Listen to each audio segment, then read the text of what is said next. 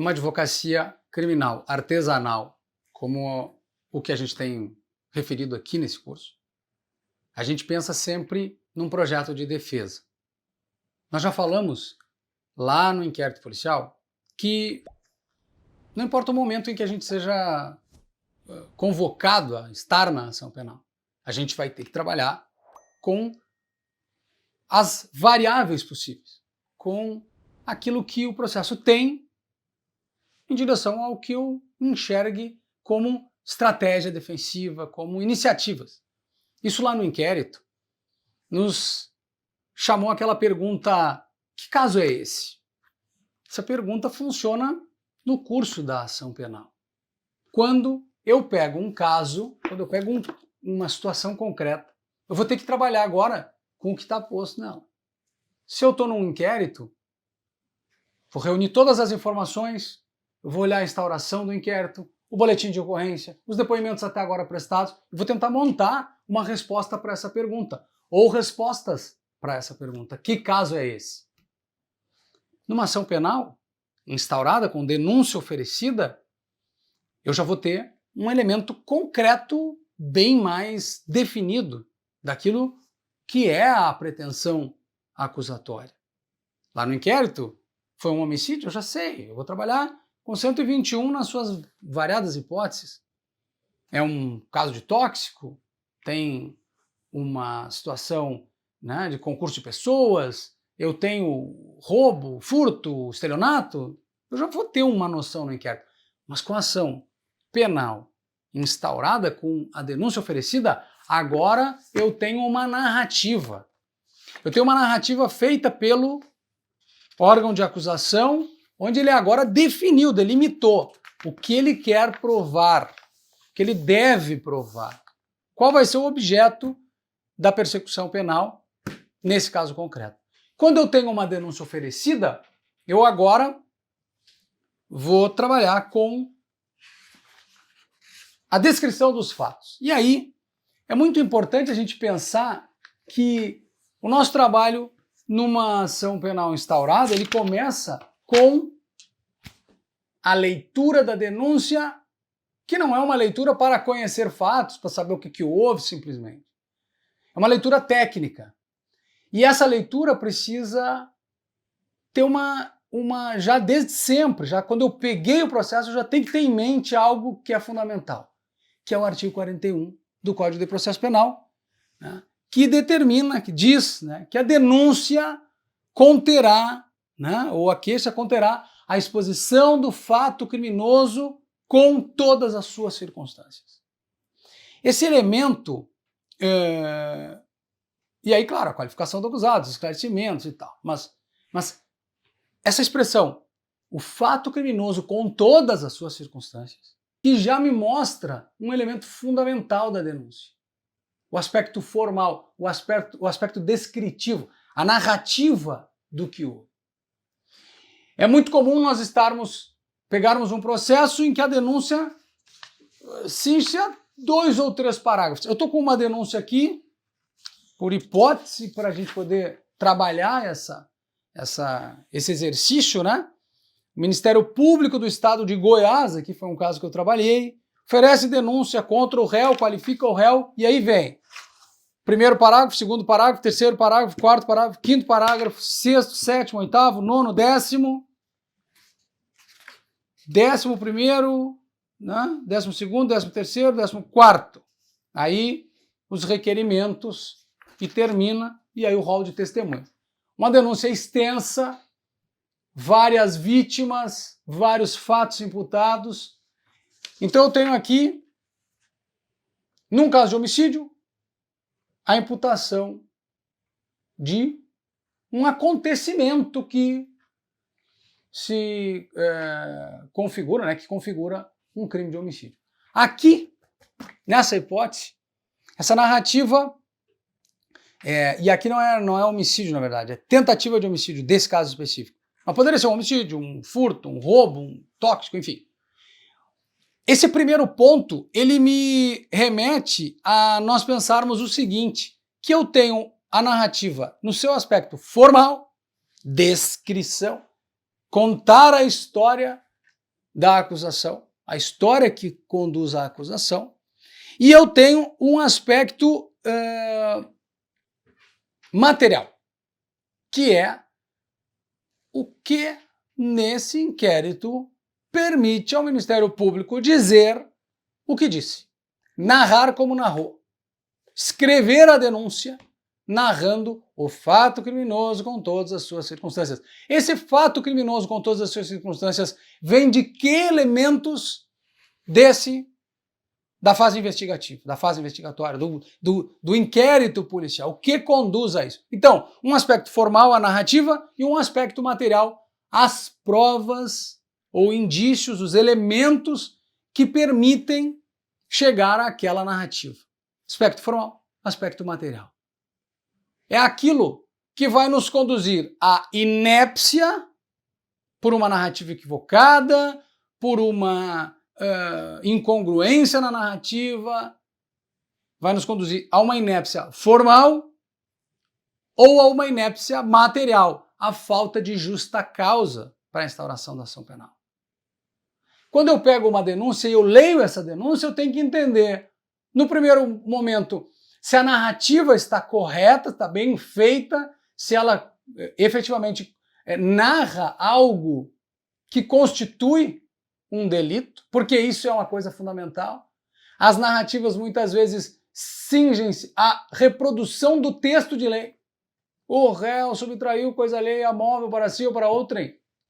Como? Quando? Por quê? Em que situação?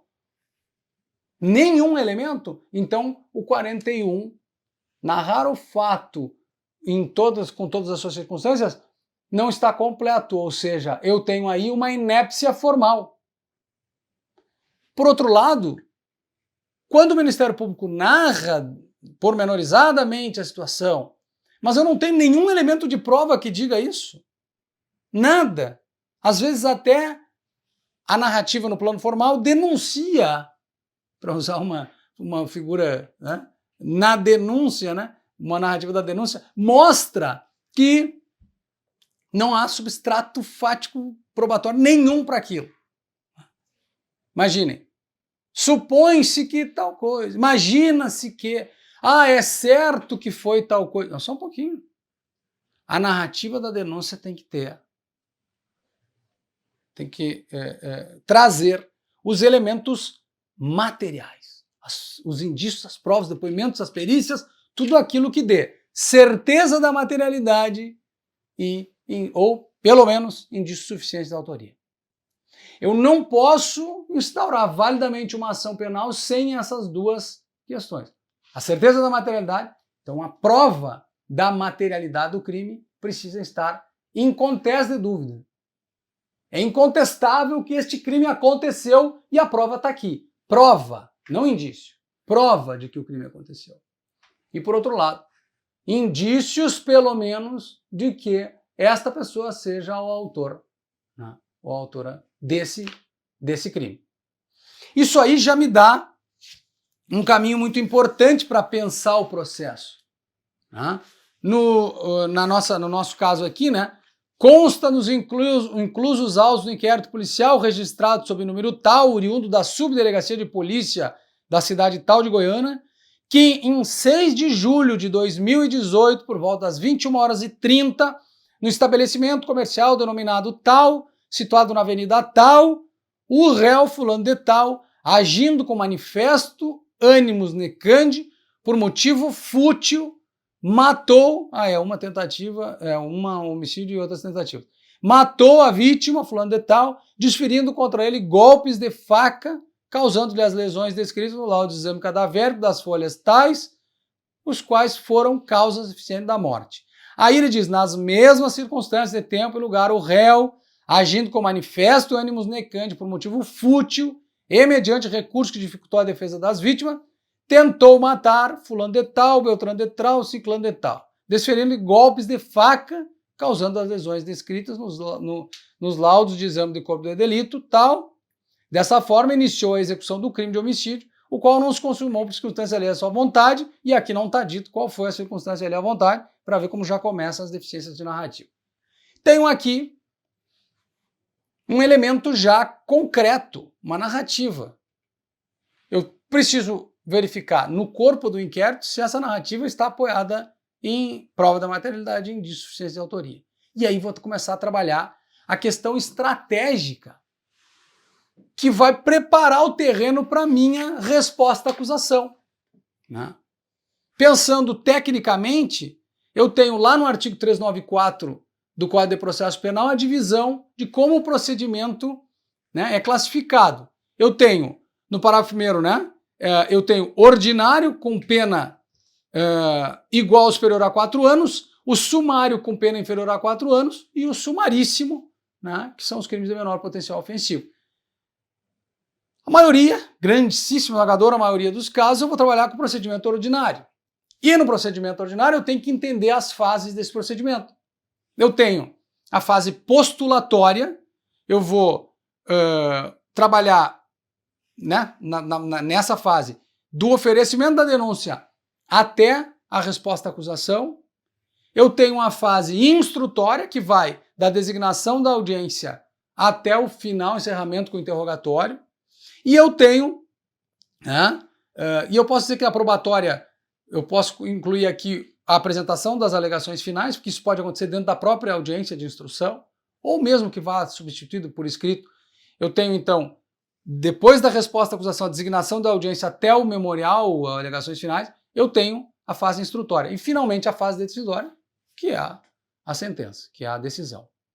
No procedimento, né, obviamente, como eu estou dizendo, no procedimento comum ordinário. E aí, o que nós temos falado aqui no nosso curso sobre a questão do plano de trabalho, do projeto de defesa? Eu tenho que pensar que, quando eu estudo o caso, pode acontecer lá no inquérito e eu venho agora para a ação penal, mas eu posso pegar já na ação penal. Eu tenho que pensar o quê, qual é a minha tese, e geralmente eu vou fazer isso percebendo, estudando o Código Penal, o que a minha tese está no Código Penal, e aí eu também tenho que pensar o como.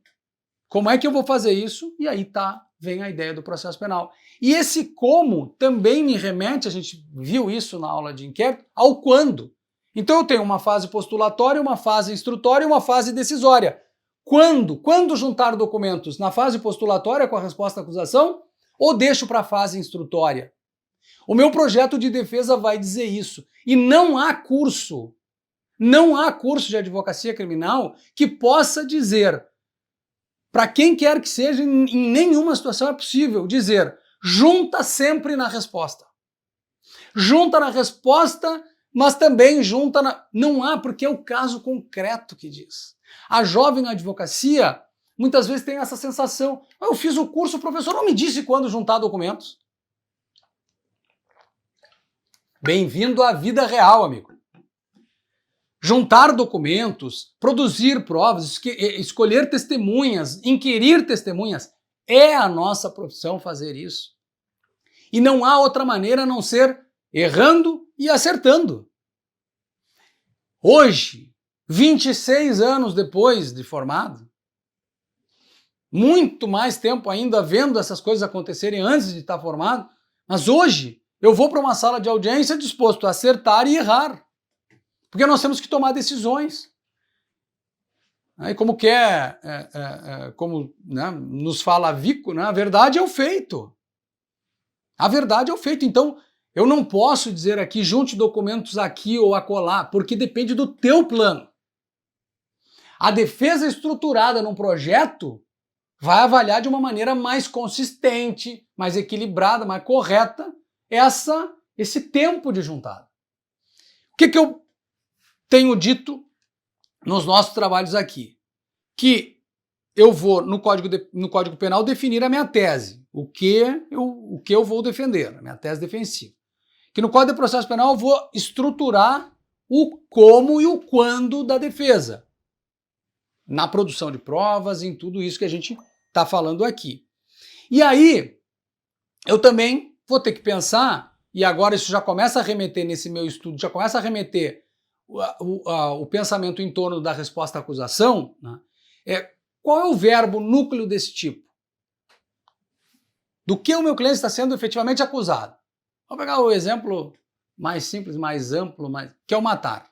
Mas está sendo acusado de matar. Bom, daí eu não vou estar no comum ordinário. Mas enfim, está sendo acusado de subtrair coisa alheia móvel. Subtrair, né, é esse ir ao encontro da coisa, tirar essa coisa da esfera de vigilância e proteção da vítima. Subtrair é tirar a coisa que está em poder de outra pessoa. Quando a acusação é essa, né, de subtrair, ou de falsificar, ou de coagir, ou enfim, seja lá qual for o verbo, ele vai me dizer que tipo de prova está gravitando, que tipo de prova é possível, porque é o fato e todas as suas circunstâncias.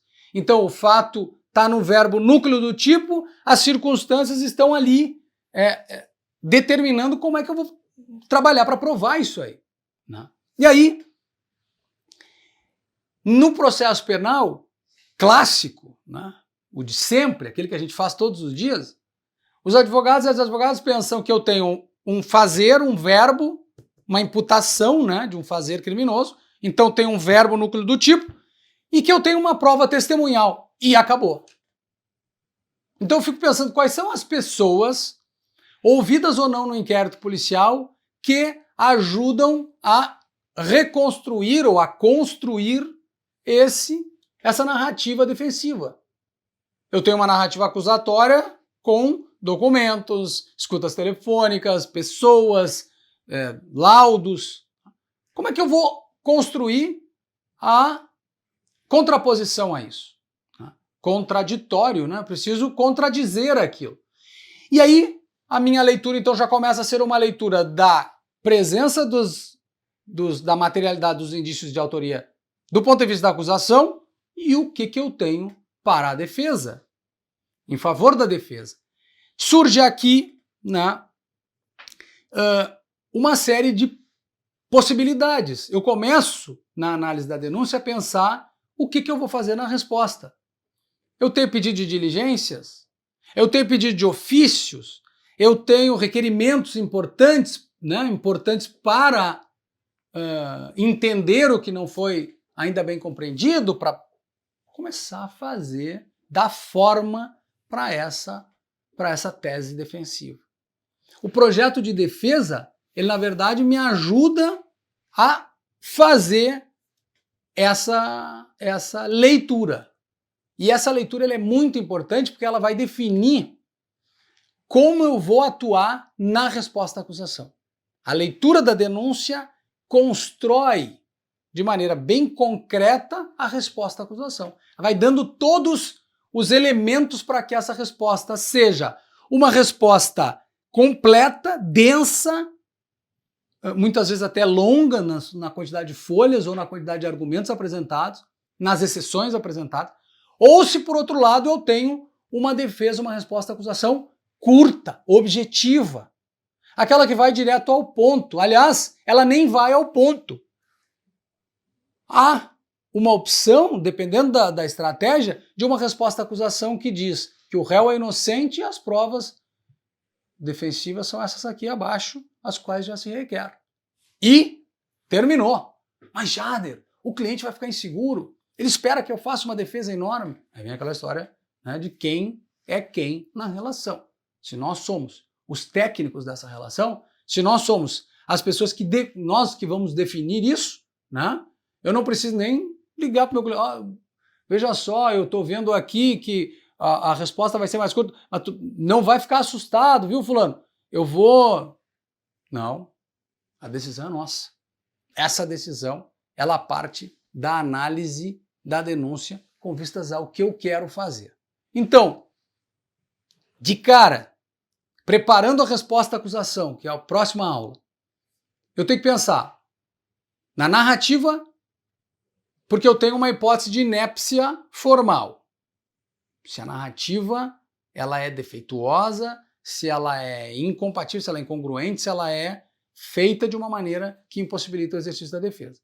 Por outro lado, Se eu não tenho elementos que configuram justa causa, que apresentam uma justa causa para o oferecimento da ação, eu tenho uma narrativa frágil, uma narrativa superficial, uma narrativa que não está apoiada em elementos de prova nenhum. Eu não tenho certeza da materialidade ou indícios de autoria. Então eu tenho uma inépcia material. Agora, na leitura do processo, né? Aqui, folhando o inquérito, olhando depoimentos, né? Mostrando, o laudo está aqui, está aqui, prova da materialidade, está aqui, realmente. Autoria, testemunha A, testemunha B. Bom, agora eu tenho elementos para dizer que a narrativa constitui uma narrativa correta de um fato criminoso e há suporte fático, né? Suporte probatório para que essa narrativa seja feita. Se eu tenho isso, eu tenho agora um tipo de resposta à acusação. Se eu não tenho, a minha estratégia pode ser outra, deve ser outra. Quem decide isso? A gente, a cada caso, a cada situação. Muitas vezes tendo até que trocar ideia com outros colegas, muitas vezes tendo que dar uma olhadinha nos julgados, ver como é que o tribunal está se comportando em relação a esse delito, hipóteses em que o STJ e o STF estão declarando a inépcia para tal ou qual situação. Essa situação, né, concreta, real, esse caso específico é que vai determinar a resposta, porque a pergunta acaba sendo essa de novo. Que caso é esse? Essa pergunta define não só uma resposta, não apenas uma resposta, ela define muitas respostas. Ela abre para muitas respostas. Todas essas respostas são as respostas possíveis do nosso plano de defesa. Algumas nós vamos eliminar com o tempo. Muitas delas nós vamos perceber que são absolutamente incabíveis. Mas a pergunta sempre continua. E a leitura da denúncia, como eu falei, a partir dessa pergunta, vai delimitar os possíveis caminhos da nossa resposta à acusação, que é o que a gente vai falar agora.